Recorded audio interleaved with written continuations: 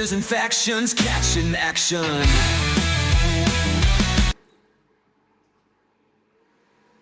And good evening to this, our 50th episode of Finishers and Factions. And this episode has landed on Finishers and Factions does Monday Night Raw from April 7th. On the date when this episode was aired, there were 12 days till WrestleMania, and this Raw took place in Minneapolis, Minnesota, in the Target Center. Now, as always, well, I say as always, I've been absent the last couple of last episode or two that we've done, I think. But as always, my co-host has been keeping things together, keeping the trains running smoothly. Rich, how the devil are you? I'm doing all right, my good sir. How are you doing? Yeah, I'm all good. All good. Glad to be back in the podcast seat. So, yeah, I mean, It's nice to have you back. well, It's a little bit boring on my own. it does get that way sometimes, especially without somebody else to bounce off of. No one to flick peanuts across the office up. Well, I think you can keep your peanuts to yourself, thank you. Especially considering you're allergic. Well, yeah, that's probably a good point, to be fair. Better not be flicking peanuts across the office. Might end up having a trip to A&E instead. Yeah, and we don't want that because that just puts our recording schedule even further behind. So It certainly does. Yeah, well, let's not let it get too far behind, and let's just jump straight into our first section of the evening, where we got a little recap of last week between the match of Io Sky and Rhea Ripley for the women's title, with Bianca Belair as the special guest referee. yeah, and as we should all know by this point, the match was called a double disqualification after both champion and challenger managed to land a not on purpose blows to the special guest referee, who eventually just had enough and decided, nope, I don't want to be a referee anymore. I'm going to lay into you as a competitor instead. I mean, to be fair, she did take two pretty hefty moves. She took a boot off Rhea Ripley and a missile drop kick off Io Sky. If I did that as a special guest ref, I'd be pissed too. I'd be like, you motherfuckers. Yeah, but we're not going to go into too much detail about that because That's in last week's episode. Yeah, that's last week's episode. If you haven't listened to it, you're slacking. Catch up. We're trying to. Yeah, pretty much. We start this one off with Adam Pearce coming into the ring after the recap of last week, basically coming in to say that this is the situation between Io, Rhea, and Bianca needs to be settled and addressed, and he therefore proceeds to call all three ladies to the ring. I did find it rather amusing that the ring announcer this week referred to Rhea Ripley as representing the Judgment Day. Well, I'm pretty sure she's not part of that one anymore. I'm pretty sure even even commentary called him out on that fucking boo-boo. That was a big whoopsie there. Yep, no, if you are not aware that Rhea is not part of Judgment Day anymore, you've missed an awful lot of episodes. I'd get recapping. You've missed a lot. Yes, 100%. But once all three women are in the ring, Pearce sort of goes. I mean, takes a cheap shot. The end result of this is that we sort of saw the end result of this coming, or at least I did. It was teased a few weeks back, realistically, but. Yeah, as soon as Rhea signed the contract between the two of them, we all knew this was going to be a triple threat. And that is basically the way it's going. Which, for Rhea and Io, not too much of an issue. It was Bianca that had a few words to say about the situation. Well, Rhea just wants the title back, and she's more interested in fighting Bianca Belair for it anyway. Pretty much. I mean, that's how it should have gone. It should have, originally, before Io got her hands on it, it should have been Rhea versus Bianca at WrestleMania, and pretty sure that's what Rhea's after. Bianca don't give a flying who she's got to face. In fairness, she just wants that title too. She'd just rather go through Io because it's an easier opportunity than having to go through Rhea. Having to go through both of them is not going to be pleasant for her, but it's one of those. And poor Io, I mean, she can lose her title without even being pinned.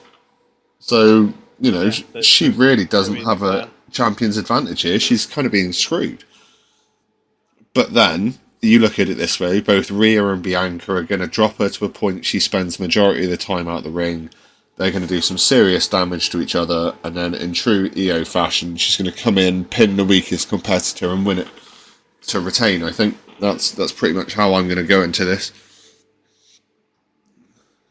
I mean, WWE have used that angle before in a triple threat title situation. They have. I mean, Io said from the very beginning she'd quite happily take both of them on anyway.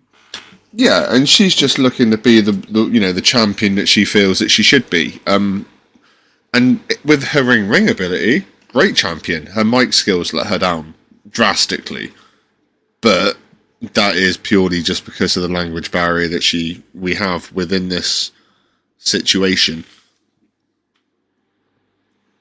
Yeah, but in the end, all three superstars agree to the new match stipulation that it is a triple threat. All three of them, well, two of them signed the contract. I struggle to remember if Io ever actually got a chance to sign it. Io stormed out at the end and then stormed back in, signed the title, and then signed the contract, and then stormed back off. She kind of got to the apron and then kind of realised, oh shit, I haven't signed this, and then went back to sign it, and that was pretty much it done. Because I've got here that she hits a missile dropkick into Rhea from behind that pushes her into Bianca, and she then signs the contract and takes her title and pisses off. And the reason for that is because Rhea's quite literally, yet again, put her hands in her face. Off the champion. Yeah, but the thing is, Rhea don't care whose face she's putting her hands in. Io is the smallest of the three competitors, and she does come up to hand height. So unfortunately, when Rhea puts her hand out to say, just piss off. Like, you're not involved in this situation at all. Even though she is, it catches Io in the face. So yeah, that missile dropkick was definitely deserved to Rhea, and throwing her into Bianca was just Io's way of saying, fuck the both of you. I mean, yes, but still, I think it's you don't disregard the champion in a championship match scenario. You shouldn't do, but Rhea and Bianca are more interested in each other, and that's the way. I mean, that's the way that match is going to go, I think. But talking about matches and WrestleMania now, the contract for that one has been signed, sealed, and delivered. We are informed of the how they're going to get the Intercontinental title defended at WrestleMania, and it is going to be in a fatal four-way between Bron Breakker, Finn Balor, Penta, and Dirty Dominic Mysterio. So basically, you have two members of the Judgment Day and Penta up against Bron Breakker for his title, which you blatantly know is going to end up with Penta and not Penta and Dom, Dom and Finn basically working this match as a tag team until one of them realises they can get one over on the other one. So it's going to be an interesting opportunity, I think. In that dynamic, yes, I can sort of see they'll get to a point where them pair are the only two left in the ring, and it's not necessarily a realization that I can get one over on somebody else. It's a case of, oh, I have to get something over on this person that I'm aligned to, because otherwise I haven't got a fucking donkey in hell's chance of winning this match. Yeah, and both Dom and Finn are going to need the other person's help enough.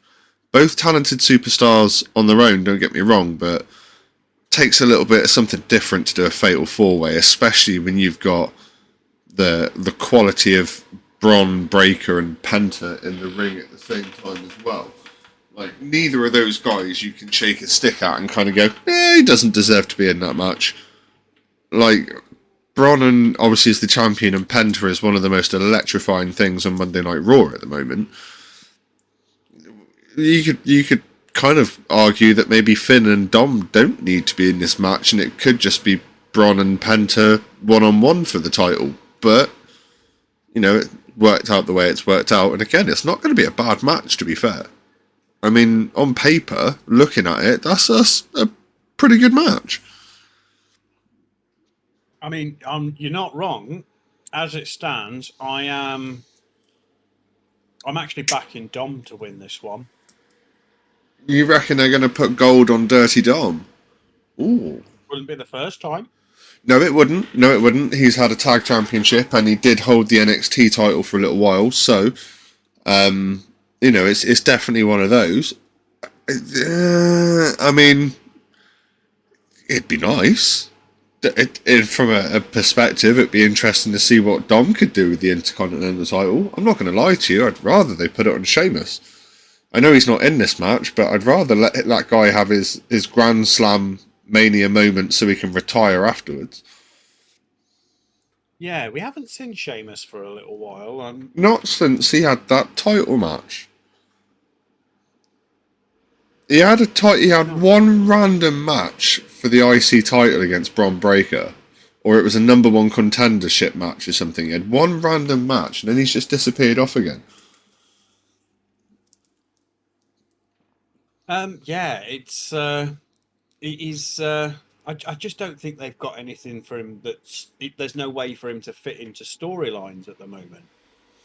No, and I fully get that. I'm just saying that, you know, if out of apart from having Bron retain, which, I mean, he's had the title for a fair while now. You know, it's kind of an obvious one if they let him do that. But I wouldn't necessarily say that the other three. Penta maybe hasn't been there quite long enough. Finn's towards the end of his career, and he's not winding up, so to speak, but he's probably more in that giving back sort of stage. A title run probably it could help him, but he doesn't really need it. He's already over enough as it is. And then Dom, yeah, like you said, Dom could be an interesting choice. It's not one that I'd necessarily have gone with. The outside is always an odds-on favourite in the eyes of some, I suppose. So yeah, that's a good shout, to be fair, Dom Mysterio. But talking about the members of Judgment Day that are in this match, we actually get to hear what Judgment Day think about Adam Pearce's announcement in the next section, in the Judgment Day's little den they found for themselves this week in Minneapolis. Yeah, we cut to the clubhouse, if you like. The Judgment Day's clubhouse is basically the Mickey Mouse's clubhouse for adults, really, isn't it? Yeah, I'm not sure it'd make quite as good a TV series somehow. I don't know, but Carlito's pretty much the Miska tool, because he's a fucking tool. I mean, I can't argue with you, but damn, doing Carlito dirty. Yeah. I mean, to be fair, I'm not the only one this week that does Carlito dirty, but we'll discuss that a little bit later. We'll get to that in a little bit. Speaking of Carlito, I mean, the beginning of this little segment, he seems a bit upset with his 2K25 rating, and I mean, I think at this point, I think he should just count himself fortunate that he's even in the frigging game. I mean, yeah, this is a guy who doesn't. He's there to take bumps and look pretty. You're not getting a match out of Carlito, and he's even said this himself on numerous interviews that I can't do any of it anymore. I can take a bump, but I can't do any of the stuff that I used to be able to do. I'm too old and too broken and too beaten up.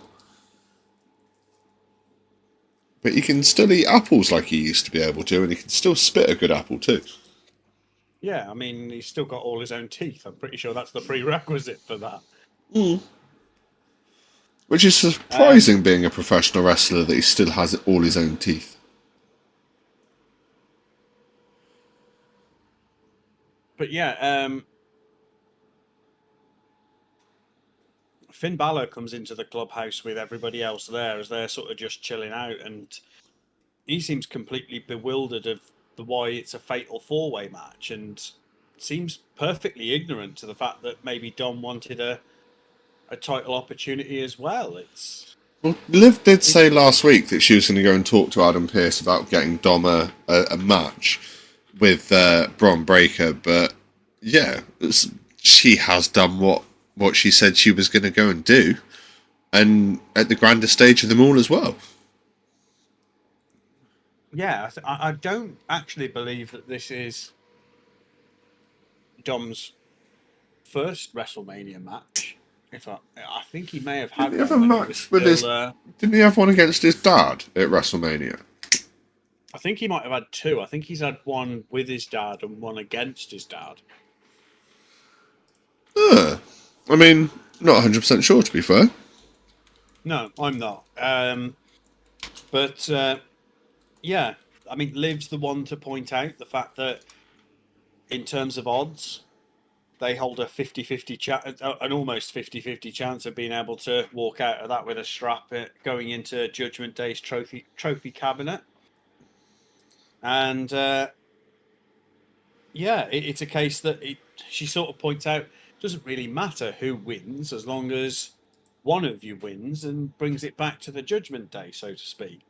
But Balor then sort of, I think he's just trying to get in Dom's head a little bit with this next bit as he starts airing about some rumors that Dom doesn't have it in him or doesn't have what it takes to win the big win at the grandest stage of them all. I mean, I think that rumor is just purely stuck in Finn Balor's head, to be fair. And just to go back, Dominic had one match at WrestleMania against his dad at WrestleMania XL. Oh, right, okay. The other thing that Balor says, he says the words, I just don't think he actually believes what he says, but he says about believing that Dom can beat Penta solo, which is a good thing because pretty sure they have a match. A match, just the two of them, not too far away as it goes. And I think that's next. No, it's later on in the evening. It's later on. It's before we get to hear more about this favour.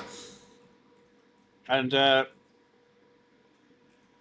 basically, the segment closes out with Carlito promising to have Dom's back, which would be an asset, potentially. I mean, it could be. I'm not sure I would class it as an asset, but... I mean, it depends in what respect, Carlito's got Dom's back. If it's in an apple eating competition, then hell yeah, I'd have Carlito on my side. If it's going out there and trying to lay the smacketh down on Raw, then I'd probably choose someone else.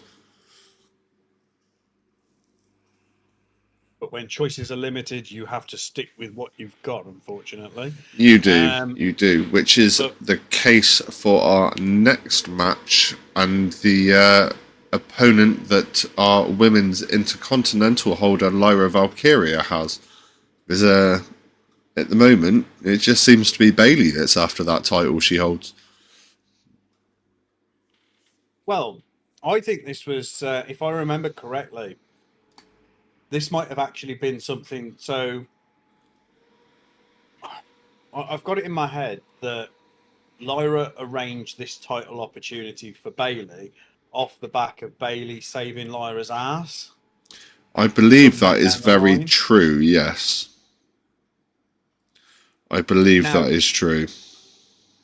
One of the odd things about this match is that on SmackDown, obviously we had announced last week, which Rich very kindly covered for us.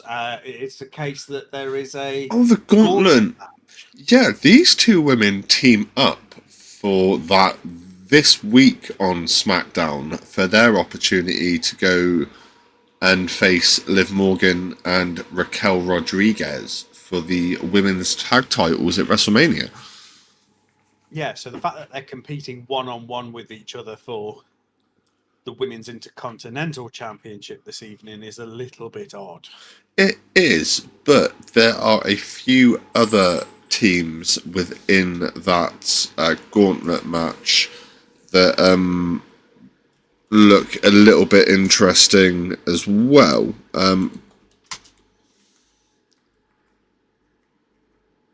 I know the main one that I've sort of focused in on is Maxine Dupree and Natalia. That was the one I was trying to think of, but I didn't want to mess it up on my first opportunity, so I was just going to Google who's in it.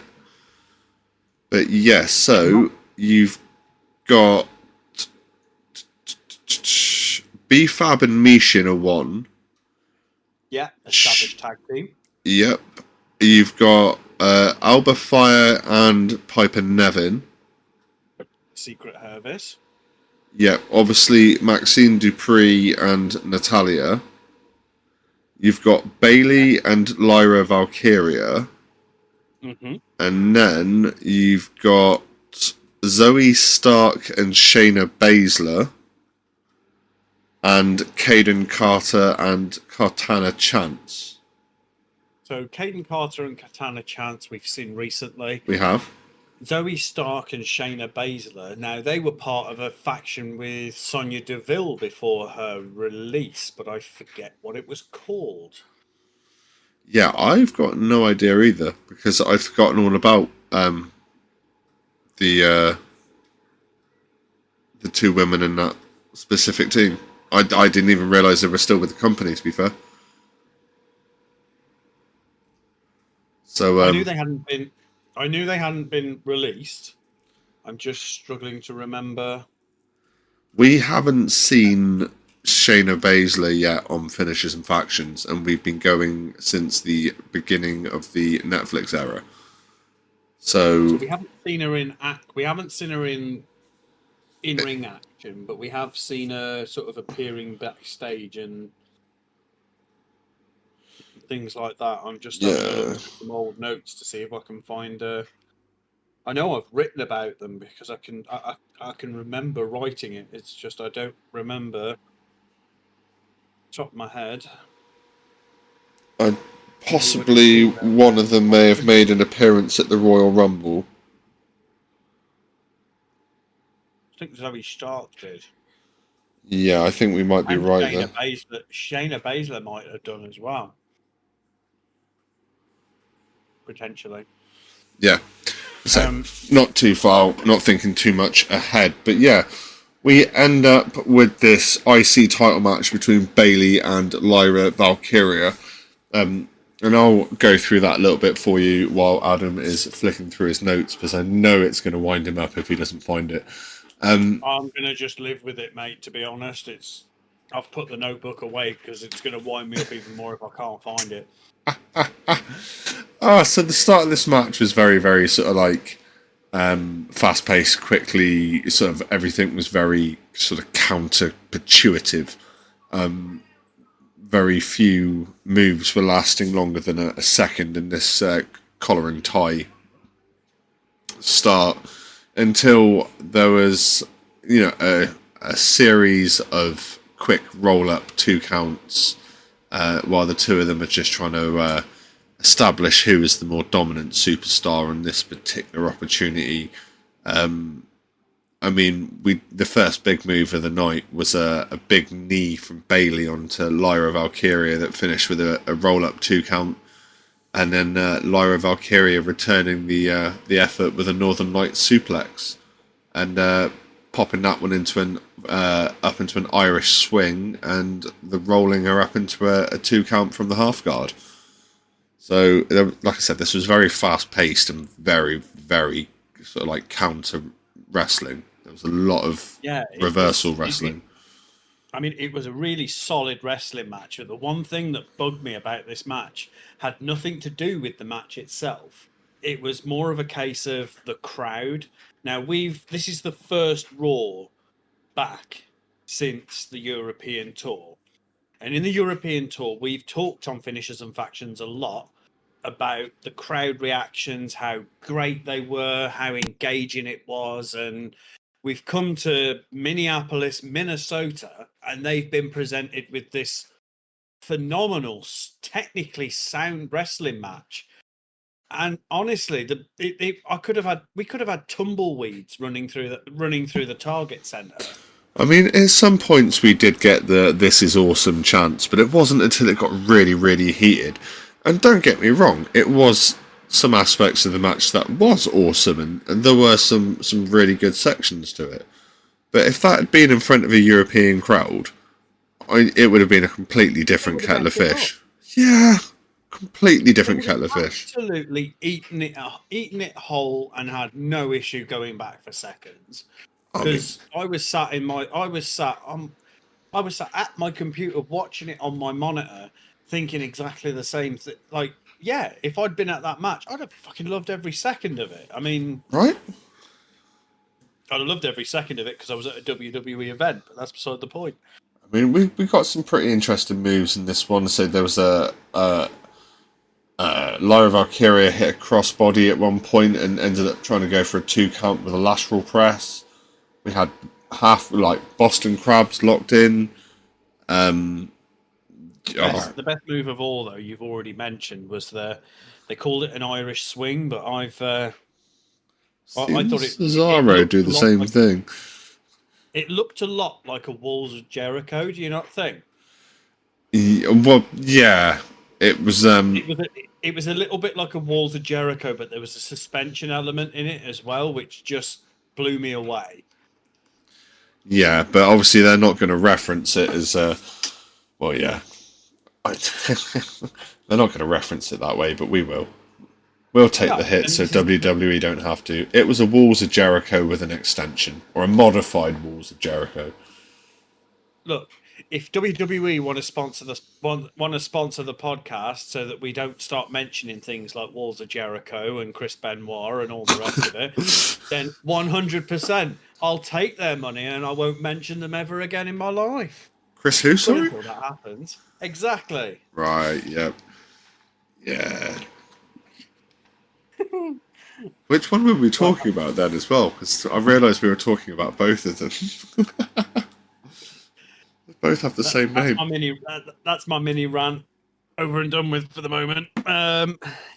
But yeah, we had a tornado DDT roll through into a fisherman suplex from Lyra Valkyria. I mean, as a champ, I mean, there's nothing to compare Lyra Valkyria to in terms of women's IC title holders because she's the inaugural champion. She has yet to be dethroned. And she's setting a really high bar. She's setting a really high bar for it. She is, and I'm not even mad about it. I'd never heard of this woman until she won that Intercontinental title. Didn't even know she existed. But by God, do I enjoy watching this person wrestle? Yes, I do. She's a very talented person, and she's doing wonders for that. This is definitely not a weak title run either.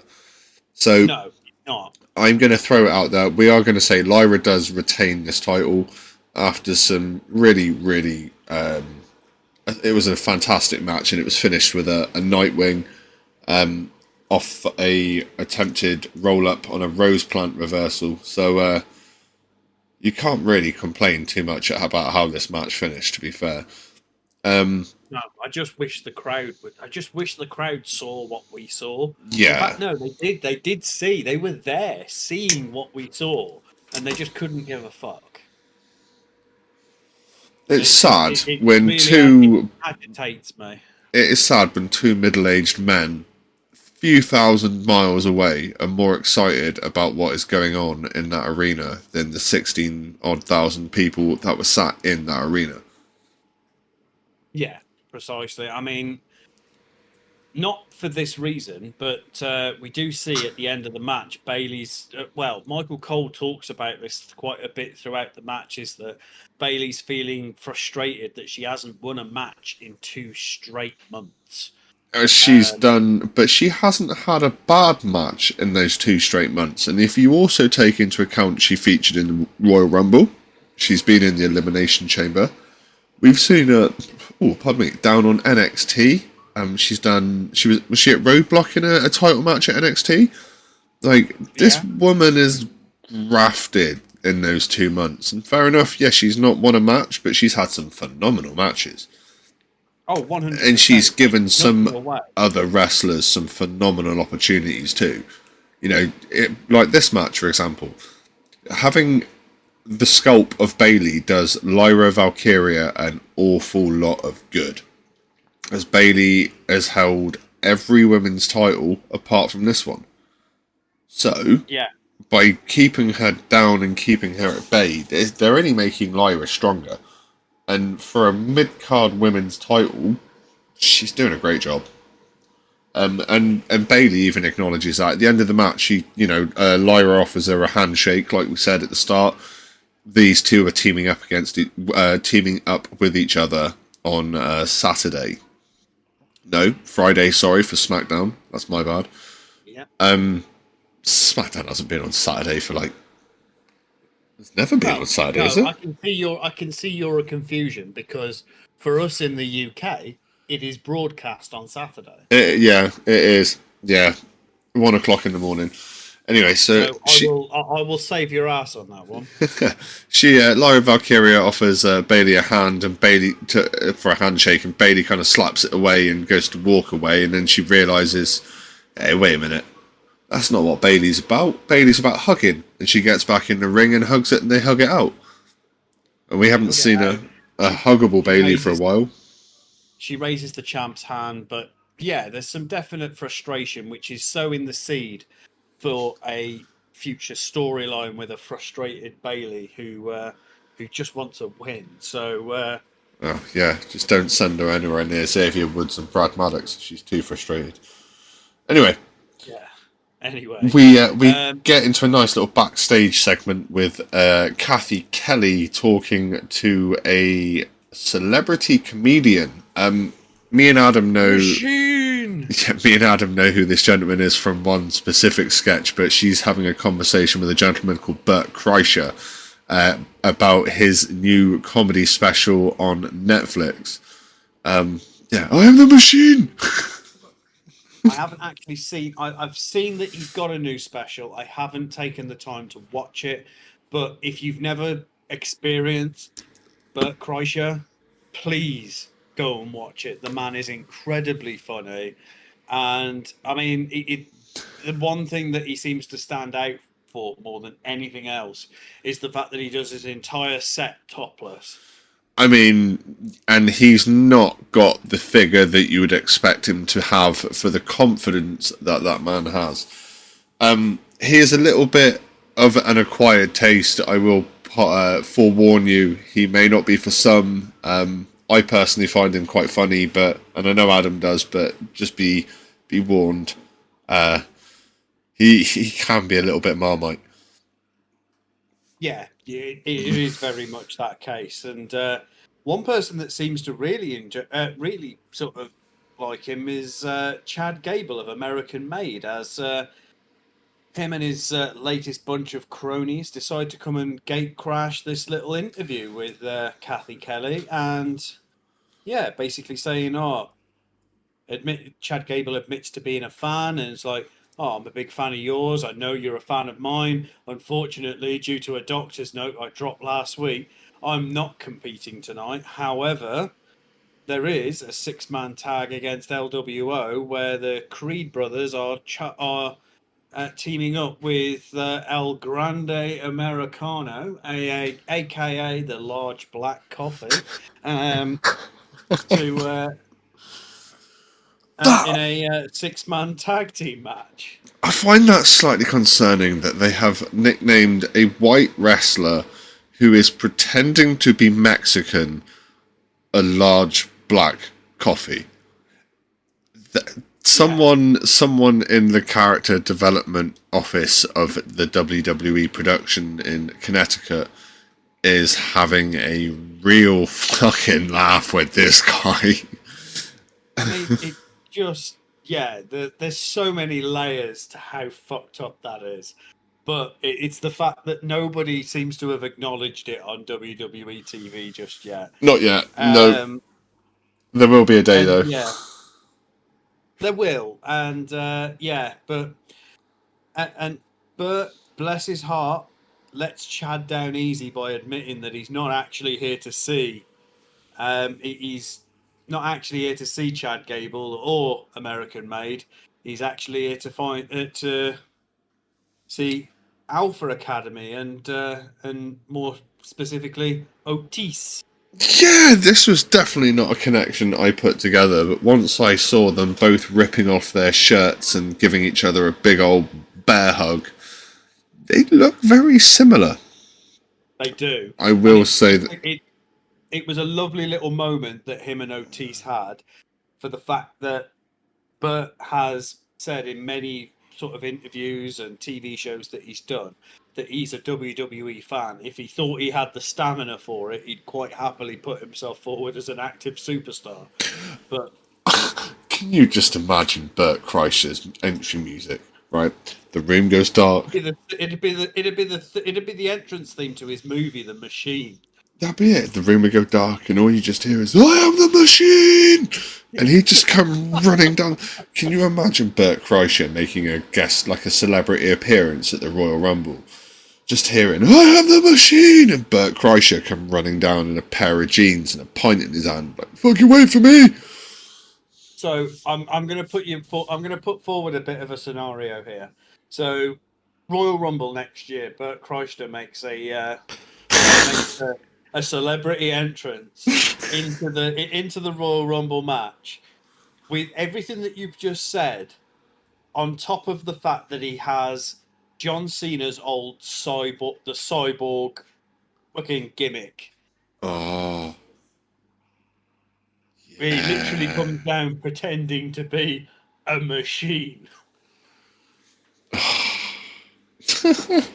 that's quality.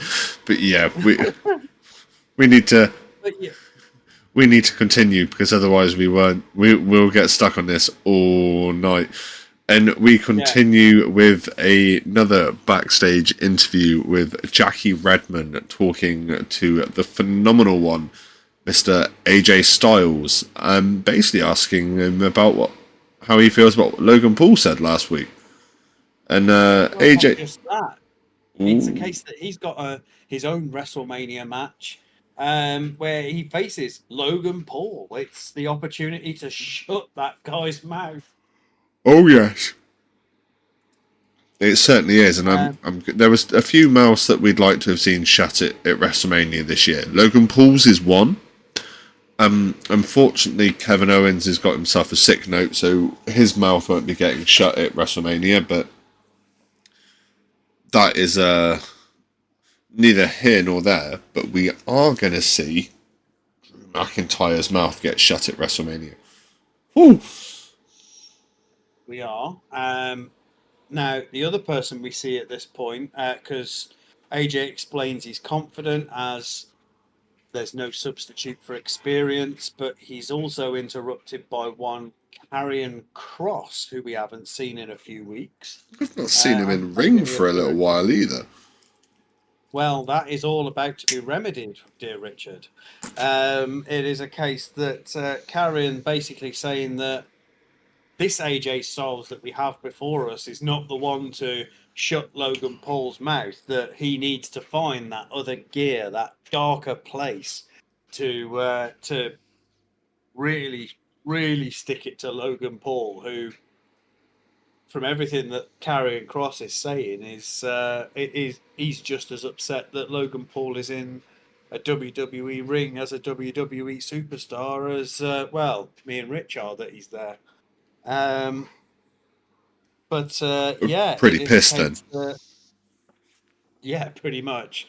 But Karrion Kross feels he's going to be the one that sort of takes AJ Styles to that next level just before his WrestleMania match. So next week on Monday Night Raw, we will see AJ Styles versus Karrion Kross in a one-on-one singles match. That's going to be a really good match.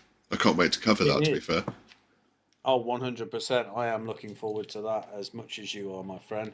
But moving on from there, we go into our second match of the evening, where this is the six-man tag team match, which sees LWO,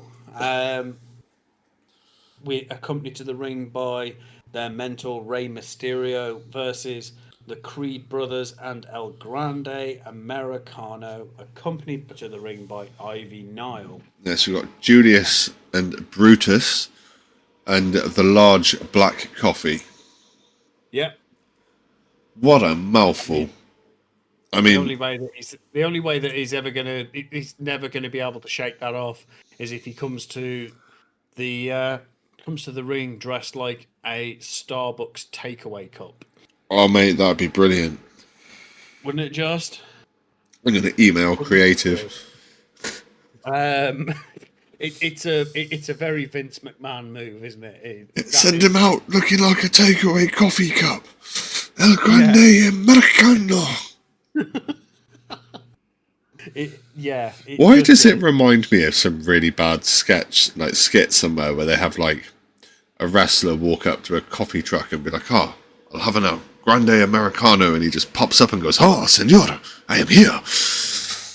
Yeah, I know what you mean. It's like a really bad noughties like TV commercial or something like that. One of those ones that they had in America, which are just so over the top. It's like if they'd have swapped Marty Jannetty and Shawn Michaels out of the barbershop into a coffee shop. You could have got away with involving this guy. Yeah, pretty much. Anyway, I personally didn't get a massive amount of notes for this match because honestly, the action was that thick and fast. I struggled. So I had a few bits here. I had that there was a few double teams at the start, with both teams trying to pull a double team. Brutus and Julius getting Brutus dropping at Cruz del Toro, with a massive shoulder tackle at the start as well. There is we had head scissors reversals from Julius. You know, we had on Julius, at one point you had all six people in the ring kicking living balls out of each other at the same time. Absolute pandemonium. Referee did not have the scoobiest what was going on, and even commentary turned around and said, actually, I'm not entirely sure who the legal men are at this point, because the tags have all just gone out the window, because everyone was just tagging each other on the back and running around and tapping, and it got confusing. Yeah. Didn't we get at this point like 3 simultaneous superplexes as well? Yes, we did. American made, and the large black coffee. At one point, had all 3 members of LWO up on the turnbuckle, and yes, they did hit the 3 simultaneous superplexes, and it's actually quite interesting to watch as well. To be fair, the choreography in that was definitely very good. Oh, they had to be so well placed not to end up slamming into one another realistically.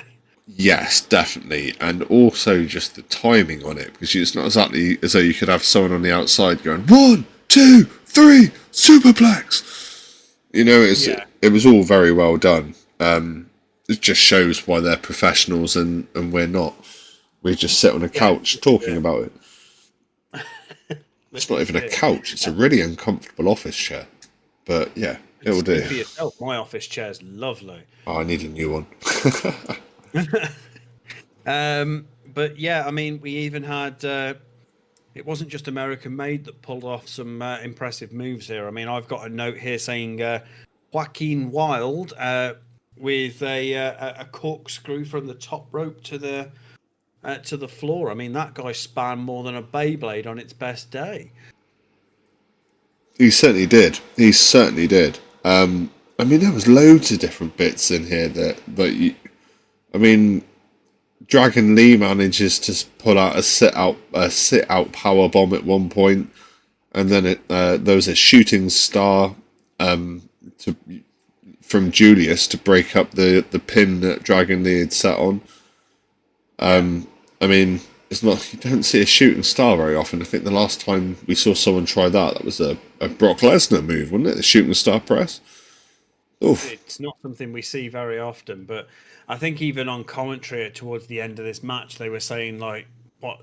I feel sorry for the highlight reel guys who are now going to have to try and pick the best bits out of this match because There was some great bits. Match back on.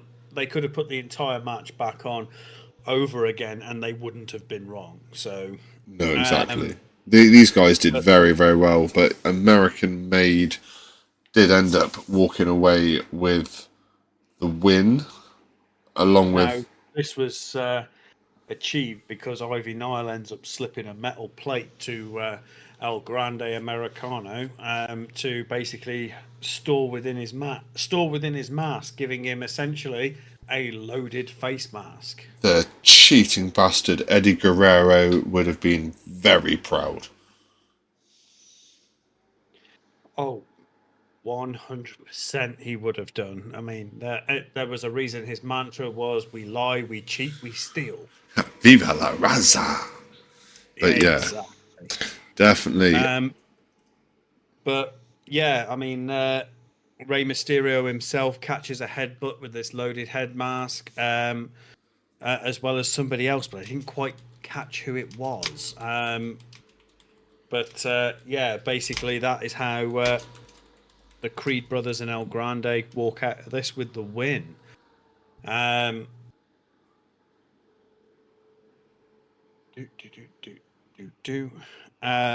that goes from there into a VT recap of probably one of the most visceral moments we've had in WWE in recent memory. Of course, talking about the Gunther Jimmy Uso match from last week's Raw, where poor Jimmy Uso was beaten to a bloody pulp, and Gunther walked out of there essentially coated in Jimmy Uso's own blood. It was a very, very visceral scene, and yeah, I mean, heartbreaking for Jey Uso, who was zip tied to the middle rope, having to watch each and every last second of this beatdown and being just out of reach of being able to do anything about it. We then go into an arena side promo. Now, I'm going to be completely honest and say that so when I'm watching these episodes back, my Netflix does something really weird, and it does it at different points. So it will almost time lock some of the at one specific point, so I can't actually go back and rewind through it. In this case, it decided to time lock on this particular promo, so I missed a vast majority of this arena side promo with Liv Morgan and Raquel Rodriguez. I didn't even get it. By Jackie Redmond. I didn't even get it. There was nothing for me there. Oh, was there not? So it was kind of like, I went into this specifically looking out for this because you said you'd had an issue, and at no point during this watch through of the episode do I remember seeing Liv Morgan and Raquel Rodriguez. It was an arena side promo. I saw the beginning bit and I saw the end bit, but everything that was in between, it was a good 3-4 minute promo as well, and I couldn't watch any of it because Netflix would not allow me to. So I've got no clue what was said during that promo. So if any of you do know, of course, find us on our socials, drop us an email, because I'd love to find out what it was. Right, I would too, because I feel like we're missing a big part of the story here, especially considering those guys will be facing the winner of the Gauntlet match at WrestleMania. I want to know what they've got to say about this. if I had to theorize, I would say that the interview was primarily about that gauntlet match. I'm going to take a guess that they've probably turned around and said, you know what, doesn't matter who we actually face, we'll kick the shit out of them regardless. But we're more focused on Dom Mysterio's match later on, so that's what we're zeroing in on. And yeah, Pretty much. sort of probably break for the day from there. But we then go into a Hall of Fame D-Generation X vignette to promote this year's Hall of Fame class, which quite honestly is huge, as they've added a further 3 people to the Hall of Fame class of 2025. So it's not just Triple H, it's not just Lex Luger, not just the Natural Disasters, or the match between Stone Cold and Bret the Hitman Hart. Yeah, we've now got Kamala, Ivan Koloff, and Dory Funk Senior. Yeah, Senior, not Junior. Yeah, and hell of a class. I'd say I sent you this a few days ago.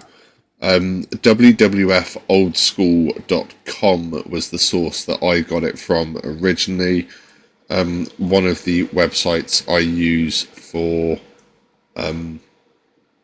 most of my WWE sort of reading material during the week. Slightly more reliable than certain other ones we could mention, but we're not going to, because that's slander and that's a crime. It certainly is, and we're not down with that. So No, we are not down with that. We do not commit crimes. no. But we then go from that little vignette into an in-ring promo, which sees Gunther coming out, and I mean, we've seen him in a few backstage walkthroughs since this episode aired, or since this episode started, and he has not stopped smiling. Nah, Gunther got laid. He must have done. For a man to smile that much, he got laid. I don't think it was that, oddly enough. I just think he was... He was enjoying himself after he laid the whooping Big Jim last week, sorry, with the main event Jay handcuffed to the ropes with cable ties. And he did lay the smacketh down on Big Jim too. Big Jim was bleeding by the end of this. And it finished basically with Gunther wiping Jay's blood all over him like war paint. And that pissed off Jay. Yeah, Big Jim had no idea he was out. Oh, he was sleepies. He was done. Before Gunther makes his way all the way to the ring, before he's even had chance to bring the mic to his lips to say anything, we are met with Day One Oos. Yeah, so Minneapolis, Minnesota found out that main event Jey Uso is in the city. Yeah, and I'm sorry, I couldn't resist. Almost the entire arena was eating their best life. It is a case that there was one man in that arena that most certainly was not yeeting, and it was the one person you would not even begin to expect. Yeah, well, commentary at this point actually point out that Gunther is moving more to the music than main event Jey Uso. And he didn't pop a yeet. Not one yeet. Not a single yeet. No, this is it. Phew. Oh, bless you. I was waiting for that. Oh, I bet you were. That sounded impressive. Do you feel better? I do. I feel loads better. Thank you. Well, do you know who else felt better after clearing something off their chest? Big Jay. Jay felt better after getting a whole heap of stuff off his chest to Gunther. I mean, Gunther was basically he may as well have been a straw dummy sat up in the ring at this point. He was a verbal punch bag. Jay let him have it. And at least for half of this promo, he was continued to smile, He did. but the smile was soon wiped off his face as, Jey Uso ends up slapping the mic out of Gunther's hand before he has a chance to speak, which is a brave move by anybody to slap a mic out of the hand of the Ring General. Well, this is a very emotional Jey Uso anyway. A very emotional Jey Uso. So We see that before he even starts speaking, you can see him shaking, trembling. he's can't quite work out if it's anger that's building up inside him that's making him tremble like that, or whether it's just adrenaline, knowing that this guy that he's in the ring with, that he's going to be meeting in the ring in, what did you say it was, 12 days? He's going to be getting the living life whooped out of him. More than likely. I mean, this match is going to be, the match between these two at WrestleMania is going to be fire. Incredible. But, 100%. I mean, we got to put money our money where our mouths are here. Has Jay got this? I mean, after this promo and after some of the stuff he says, he asked Gunther if he'd spoken to his mum recently.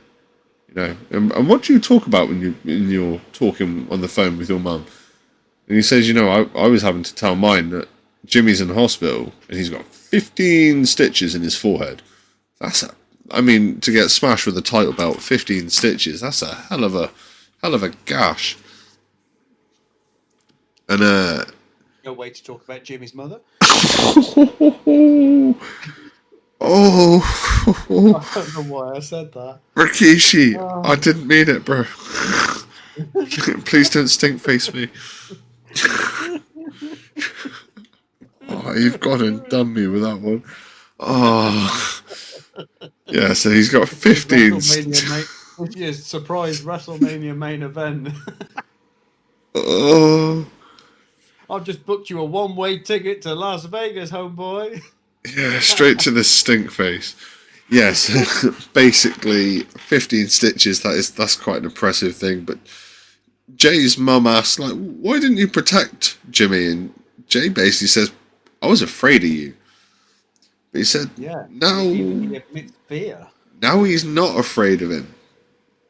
So, this is the one thing about when you face your greatest fear is that generally you're looking at what else do you fear after facing it? As you face it and you walk away alive, what more is there to fear?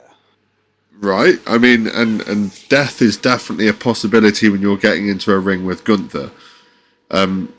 He just does not care. He's an animal. And he wants to slap the clown out of Jay and get on with his day. And in fairness, I think he might have achieved his goal to some degree. Is that there is no longer any clowning about in Jey Uso. Jey Uso is laser focused and hyper aggressive at this point. It's the case that he's feeling disrespected at the fact that Gunther has essentially violated his twin. He had to watch his twin brother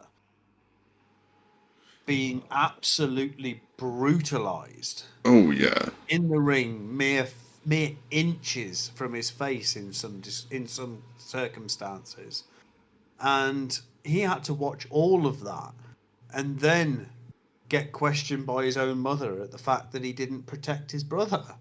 Right. I mean, does Mrs. Uso not watch friggin' WWE TV?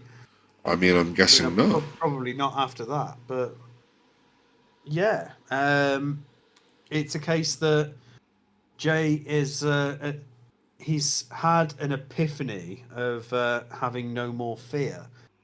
He has looked fear in the eyes and lived to tell the tale. So Gunther now has no smile on his face. And, he looks uncomfortable at this point. But Jay, he's got no idea what Jay's capable of at this point, because this is a version of Jey Uso that he's Yeah. definitely never seen, and we've never seen either. No, we haven't seen a desperate Jey Uso. And we don't know what a desperate Jey Uso going to do, especially when there's a title on the line at WrestleMania. I don't think this is about the title anymore. I don't think Jey Uso could give a monkeys if he did walk out of it with. This is about Jimmy and what Gunther Yeah. did to him, yeah.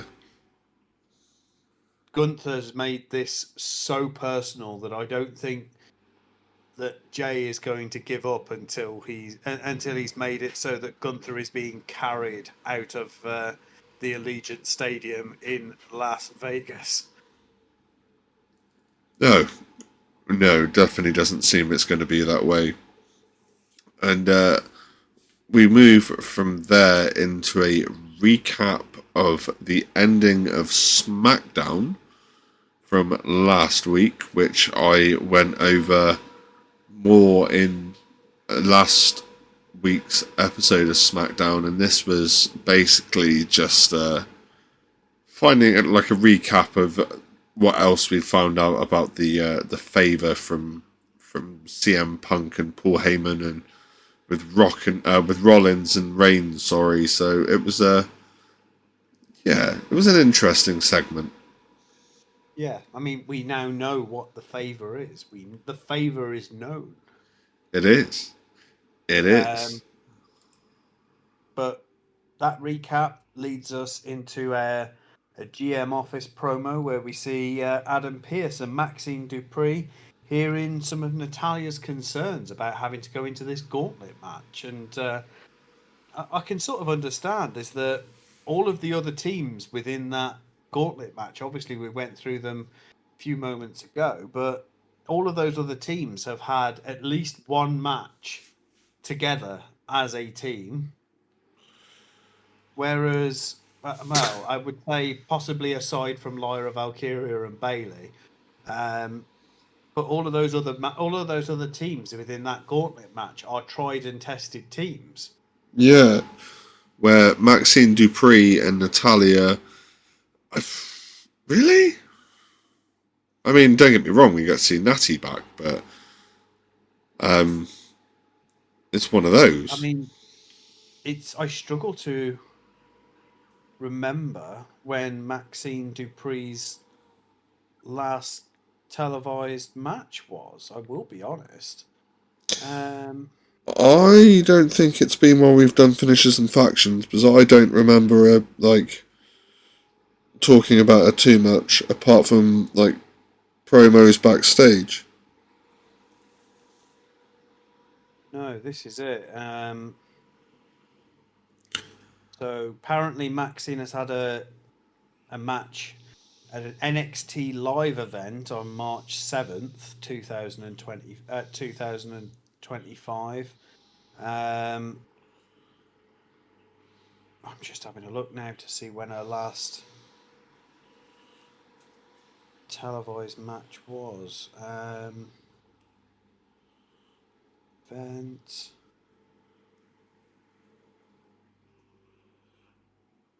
So Maxine's last televised match was she entered into the Royal Rumble this year. That was Maxine Dupree's last televised match. I've got to admit, I do not remember her entry. I don't. It must have. Oh, if she was in the Royal Rumble and we don't remember her, then her performance couldn't have been too significant. Yeah. Before that, it was a women's world title #1 contendership battle royale on the 3rd of November in 2024. So she's had 2 matches in 6 months. Yeah. Wow. 2 televised matches at least. Well, yeah, 2 televised matches in 6 months. That's not great.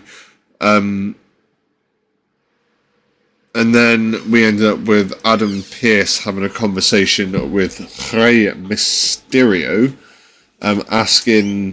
Basically, Adam Pearce says that he can have a match with Chad Gable whenever he wants one, but Rey says it's not Chad Gable he wants. He wants El Grande Americano, and basically just says that he wants to pick the time and the location of this match, and that he wants to have this match at WrestleMania. So Yeah, he wants to have this match in Las Vegas. And what they're I going, mean, I Rey think, Mysterio comes and asks, Rey Mysterio gets, basically. pretty much, and I think at this point El Grande Americano is getting unmasked at WrestleMania. Ray is going to whoop his butt and remove his mask. The thing is, are we going to expect it? Are we sort of siding with Michael Cole on this? Are we expecting to find Chad Gable under that mask, or is it going to be a case that El Grande Americano gets unmasked and it's not Chad Gable at all? I mean, I'm going to go with it's not Chad Gable. But Okay. that's purely because we've seen them both at the same time on television, but one was in a mask and one wasn't. So, we have seen them, but whether it's... I mean, we know it's not Hornswoggle. It's too tall. Yeah. But I don't think it's Chad Gable. It could be Spike Dudley for all we know. I mean, El Grande Americano has some half-decent ability in the ring. Spike Dudley was basically just a ragdoll used for people's finishes. That guy's had concussions, more concussions than you've had, like, fucking wank. I was going to say, he's probably had more concussions than you've had wanks, you cunt. Like, that guy is basically just today, just this week, or in a lifetime. Very concussed fellow, that guy. I think he'd have to be freaking dead to match that record. I suppose you've been single a while. Basically, just called myself a prolific wanker. You did. Talking about prolific wankers, though, we have two of them in our next match. And before we get into the next match, I never thought I'd see the day where Tony Hinchcliffe would be on WWE programming. I don't know a tremendous amount about Tony Hinchcliffe. He seems to have completely passed me by. Tony Hinchcliffe is a comedian. He does a program called Kill Tony. It is basically a live panel, live audience of... So the audience is normal people. The live panel is normally celebrities and other comedians. And they then invite local and up-and-coming comedians onto the Kill Tony show to come and... They have like a 60-second set on the show. And basically the professionals rip the living balls off them and they get an opportunity to bounce back. It is really, really funny. It is some of it's close to the bone, but that's why I like it. But Tony Hinchcliffe is also the guy that does the roasts on television. So, like, the roast of Tom Brady was hosted by Tony Hinchcliffe. He helped set that up as well, the whole process. He is doing the roast of WrestleMania this year, so there are quite a few WWE superstars that are getting involved in this, and Tony Hinchcliffe is going to rip them all a new one for, I'm guessing, the sake of viewings and money, which is something, everybody likes. Yeah. I mean, fair play to the guy. If that's what he's going out there to do, then... Yeah, he is a funny guy. The Kill Tony program is... I'm a little bit confused why they're advertising it, because it's on at the same time as WWE programming. Is on a Monday at 8 p.m. Eastern. Yes. But it's hilarious. It is great. I love it. I watch it on YouTube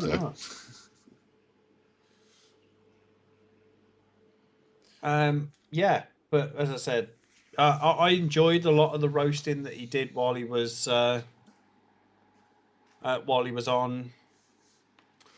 Yeah, while he was on the program, it was pretty good. But unfortunately, though, the guy's a massive New Day fan, but he actually agrees that New Day did the right thing by booting Biggie out, and I'm like, ooh, that's naughty. He's trying to get some cheap heat in them seats. Oh, 100%. And I think he managed it, to be, if we're completely honest with one another.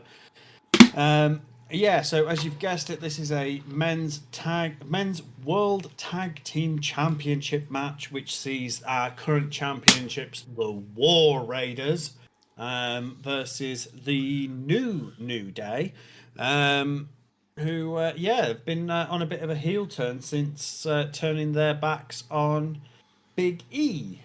I will tell you though, to start off with, I was a little bit against this New Day. They are starting to grow on me slightly. I don't know why. Direction change for them. What they're doing and what they're saying is obviously meant to upset and meant to turn people off them. And yeah, for a majority of it, unfortunately, I'm buying into it. I was never a huge New Day fan to begin with when they were dancing around giving out fucking pancakes and shit. Oh, when they had the unicorn penises on their head. Yeah, I was never a huge fan. So Thank you, Final Boss, for that one. It was one of those things where I've just never been truly enamored with them. They've never, it's never been the one for me. I mean, I can get behind that. But I mean, everybody's different, and yeah, I'm sure there were people that absolutely adored the New Day before their heel turn, and probably some people that have started to like them now that they've made their heel turn. It's each to their own at the end of the day. But yeah, I'm just never been a huge New Day fan. I don't really. I like Kofi Kingston. Yes. And I thought Kofi Kingston as a singles competitor, phenomenal. His world title reign was ludicrously short and was actually an insult to the man, in my opinion. One of the best Jamaican superstars to ever grace the WWE ring. Yeah, but Xavier Woods, never really been a big fan. I think he's really come into his own since the heel turn. Before, he was the comic relief on the outside. Kofi and Big E used to do all the heavy lifting. Is that what he was with Paige and Brad Maddox, the comic relief on the outside? I had to know that there was something like that on the way. I had to know it. But yeah, I think since the New Day's heel turn, since they lost Big E and they've turned their back on him, it is a case that Xavier Woods has had to step up. He's had to step up, and I think he's done that in a big way. He has. He's definitely wrestled more in the last, let's say, 6 to 9 months that Big E's been out of the picture than he has done in the last, let's say, 5 to 6 years that the New Day's been running. Yeah, because a lot of the time it was Big E and Kofi Kingston. It was very rarely the three of them, or sort of Xavier in the combination of the other one, or the other two. Yeah. Sorry, it never really happened that way. But yeah, I mean, this match they've got with the War Raiders for the title is the 13th match that sees the War Raiders versus the New Day. But only their first only the first match where a championship is involved. And again, I didn't get a great many notes for this. The last time I didn't get many notes, I said, was because the action was thick and fast. This one I got purely because I was just enjoying what I was watching.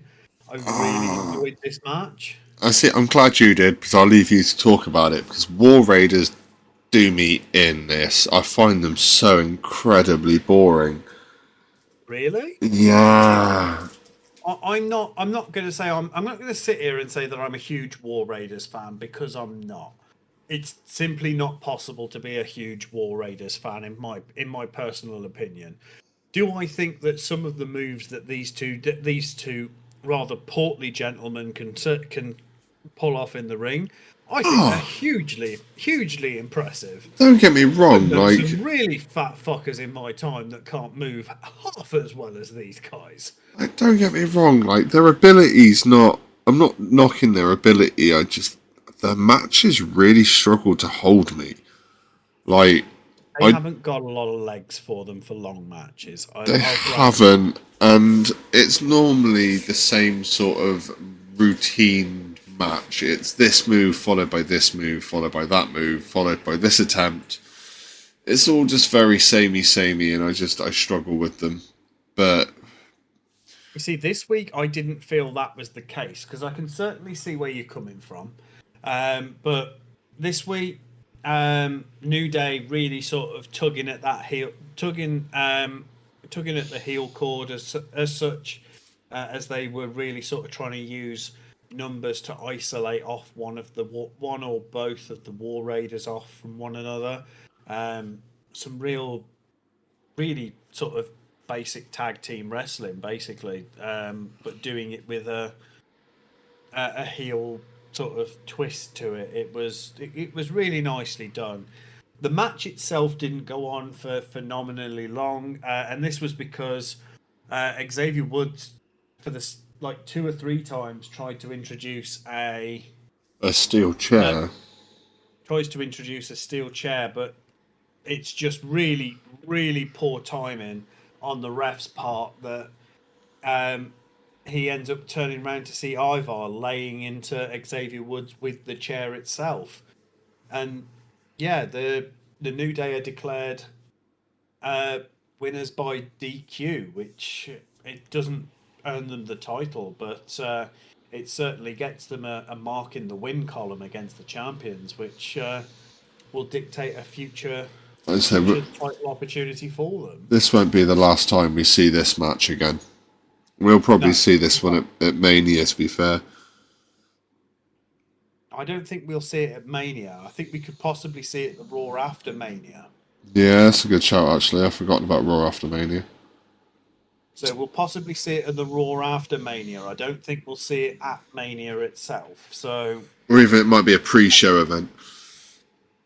yeah, but basically New Day have ramped this right up as towards the end of this little segment, officials were storming the ring as New Day's basically tried to end certainly the career. I could make an argument for the life of poor Eric of the War Raiders, as they had him tied up in a chair as a necklace, basically trying to do an off the top rope dive, off the top rope dive attack to poor Eric laced up in this chair.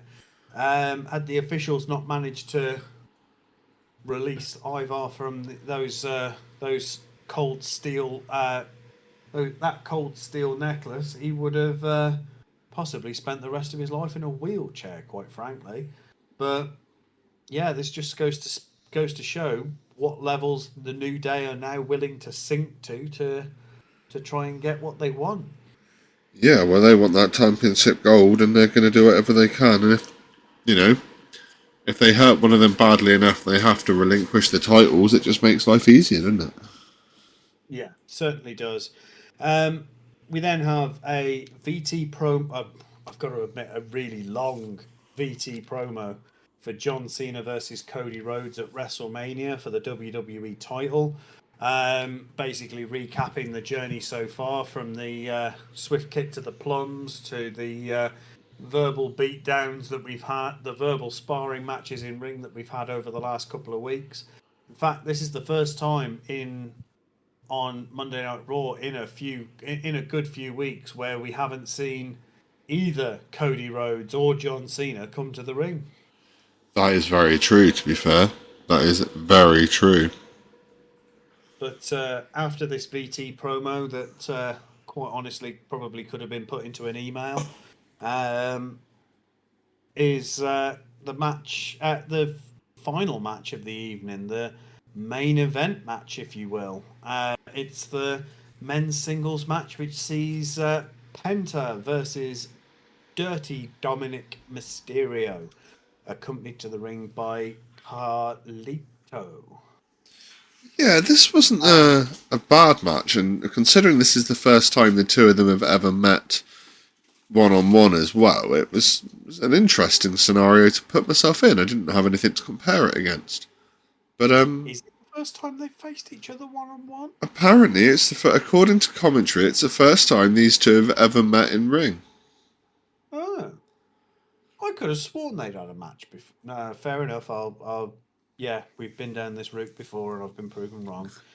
Not willing to, not wanting to urinate on your fireworks at all, but Michael Cole is a very trustworthy source. Yeah, generally, it's not very often we've been able. In fact, I don't think we've managed to find a hole in any of his facts just yet. We thought did we try did. with one, but we pushed it a little bit further and realised we were counting NXT PLEs as well. Yeah, this is it.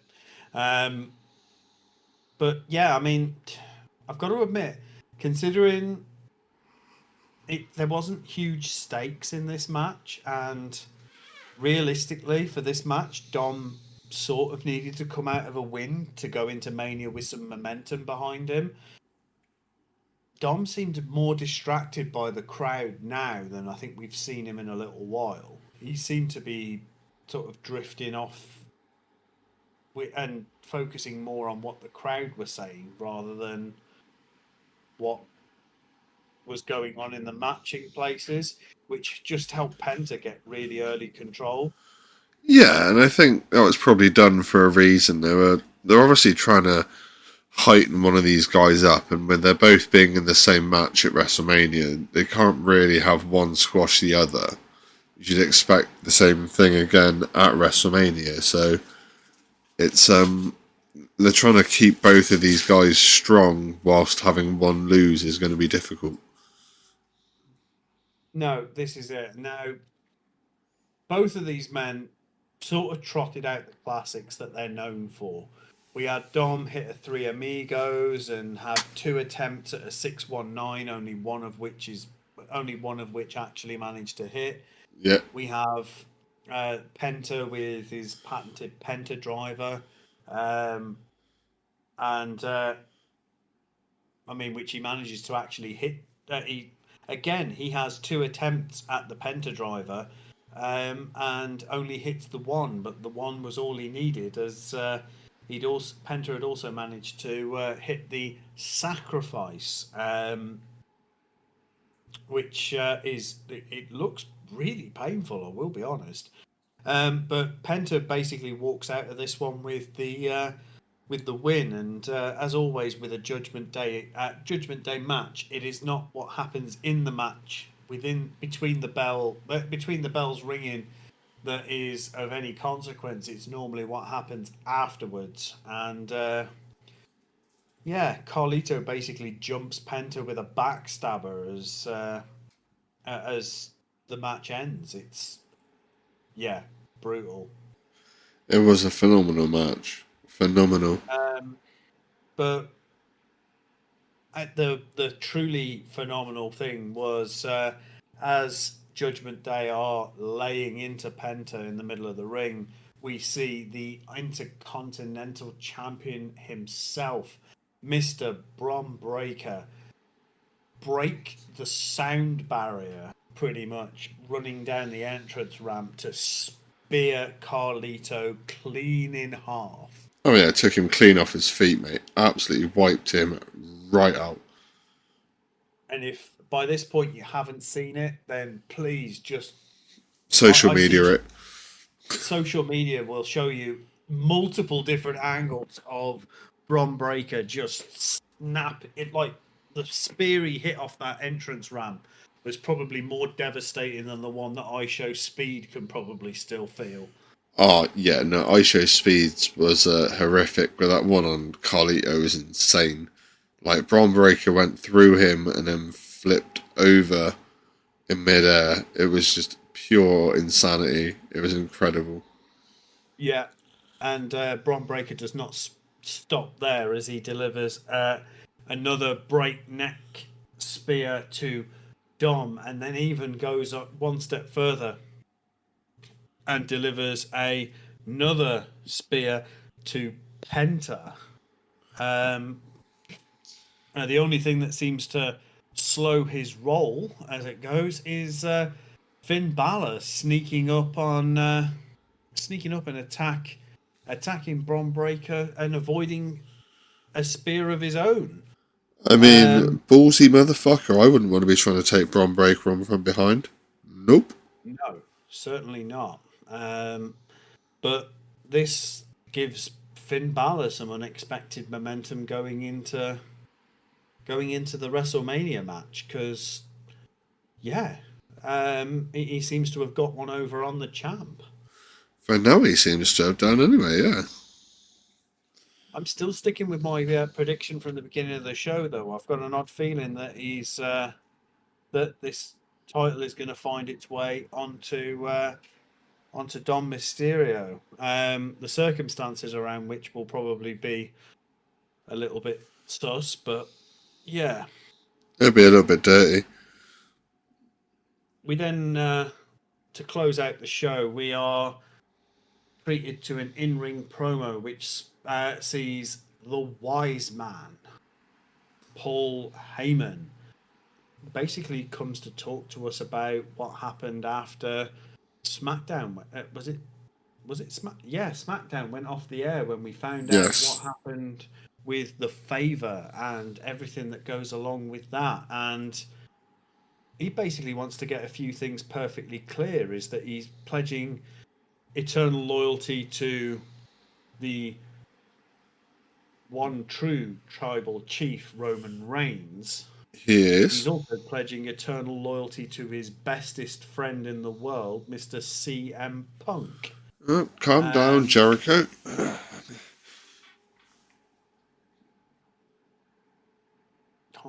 Yeah, you've lost me with that reference, I will be honest. Oh, him and Kevin Owens were the best friends for ages. Okay. Yeah. The most outstanding best friends. And if you did something to upset one of them, you made the list of Jericho. That's very true. Wonder how long that list ended up being. I'm pretty sure he ended up on the list, didn't he?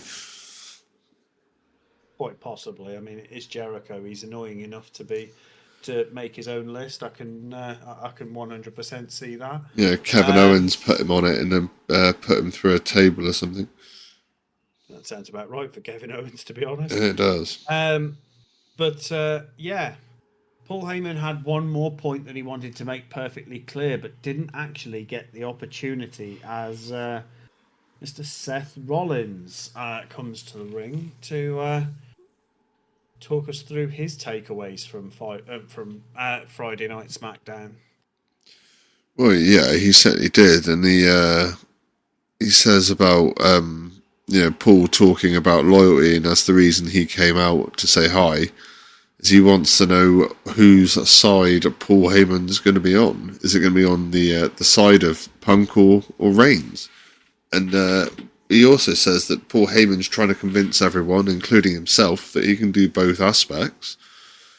But, in fairness, he's neither. Roman doesn't give a damn about Paul Heyman, and Seth says that Roman's only using him and doesn't respect him. And then goes on to say a lot more. He points out that Roman quite happily abandoned Paul Heyman to Solo Sikoa and the members of the new bloodline while he went off to lick his wounds. And that's very true. Save him. He was not, no. And then Seth turns his attention to possibly his favourite person in the whole goddamn world, Mr. CM Punk, who he didn't have very glowing things to say about either. No, but he's still talking about him, so he's obviously still feeling a little bit more than just anger there. Yeah, this is it. And I'll be honest, this didn't go the way I thought it was going to, and I know me and you have talked about this off stream. Yes, we have. Or off podcast rather. It is a case that I fully expected Seth Rollins to really play devil's advocate here and just say, do you know what, Paul? Let's do something that nobody was ever going to expect you to do, because everybody expects you to make a decision between siding with CM Punk or siding with the tribal chief. No one I don't expects think them to that- choose Rollins. Yeah, I fully expected him to turn around and go, fuck the both of them, side with me, and that means that both of them are just as pissed off with you as they are. But no, Seth Rollins was offering to help Paul Heyman, but he was hoping that he was going to be able to help him by curb stomping him into a hospital bed. Oh yeah, definitely. Which is not something we want to see, by the way. I'd love to see Paul Heyman get to him first. Yeah, but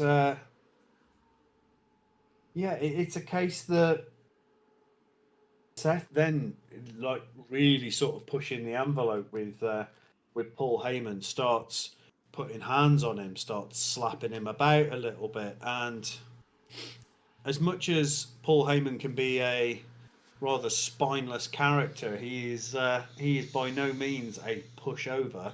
Oh, he He is does not.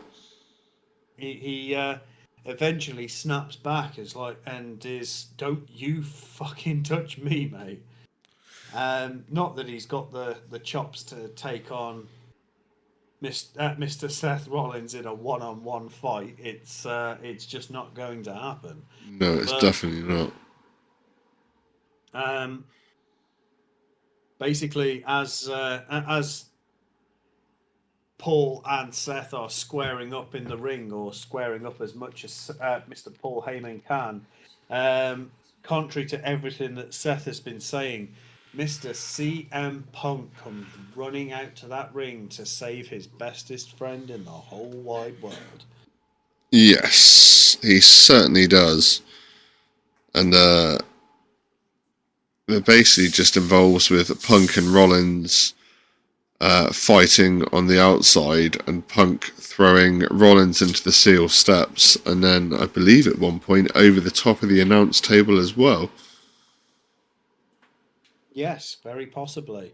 But basically, yeah, it ends in an all-out brawl, which basically sees CM Punk being laid out in the middle of the ring after taking a curb stomp. And credit to Seth Rollins here. We don't give him much on this podcast, but I will give it him here. Is that as Paul Heyman is trying to tend to his best friend in the world, he inadvertently sets himself up almost perfectly for his own curb stomp. But Seth stops Rollins, himself, makes Paul Heyman shit himself though.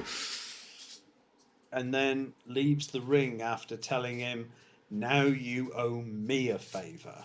I mean, yeah, there's a lot of And I favours think floating around, but I've seen a lot of things online as well saying, you know, who is Paul Heyman going to leave WrestleMania with? Is he going to leave with Rollins, Reigns, or Punk? I personally hope it's Punk. I've seen a clip on like an article online saying that Roman's planning on retiring the tribal chief gimmick at WrestleMania. So there's a lot of interesting stuff floating around, but I think for me, I really want to see Heyman walk away with Punk because he's the original Paul Heyman guy. And I miss seeing Paul Heyman week in, week out like we did with Brock Lesnar, you know, like you get to hear the ladies and gentlemen, my name is Paul Heyman. And like the whole, my client, CM Punk. Yeah, it's going to be quality, mate. Punk's the proper Heyman guy. It's going to be the best thing in the world. I don't have a preference as to who Paul Heyman walks out of WrestleMania with. I couldn't even give a toss if Paul Heyman doesn't walk out of WrestleMania at all, to be quite honest. It's nothing against Paul Heyman. I think he's an absolute icon of the industry. I just think that he's such a superfluous character in this feud that they're using Paul Heyman's own sort of analogy against him, is that they're trying desperately to bring him to an island of relevance that doesn't exist for Paul Heyman in this story. No, definitely not. And something else that doesn't exist so far for me is any more notes that I have for this week's Monday Night Raw. No, I am fresh out of those myself, good sir. So, yeah, this brings to a close our episode of Finishers and Factions does Monday Night Raw. We, of course, will return with Finishers and Factions does NXT. So keep your notifications peeled for that episode. And don't forget to let your friends know as well. They might also enjoy listening to the same sort of stuff you do, and your opinions and theirs may vary the same as me and Adam's, which means you can have the same discussions that we have with your homies, and then let us know who wins. Yeah, we've been doing this now for 50 goddamn episodes, and yeah, I think there were points where neither me or Rich thought we'd get to 10 episodes, let alone 50. So Yeah. it's It took some time, but we got there. We've gotten there. We've gotten there, and now we are not going anywhere. No, we are not. We are seeing this through to the bitter end, and on that very gloomy note, just before I lose the power of speech altogether, we will bid you adieu. Good night.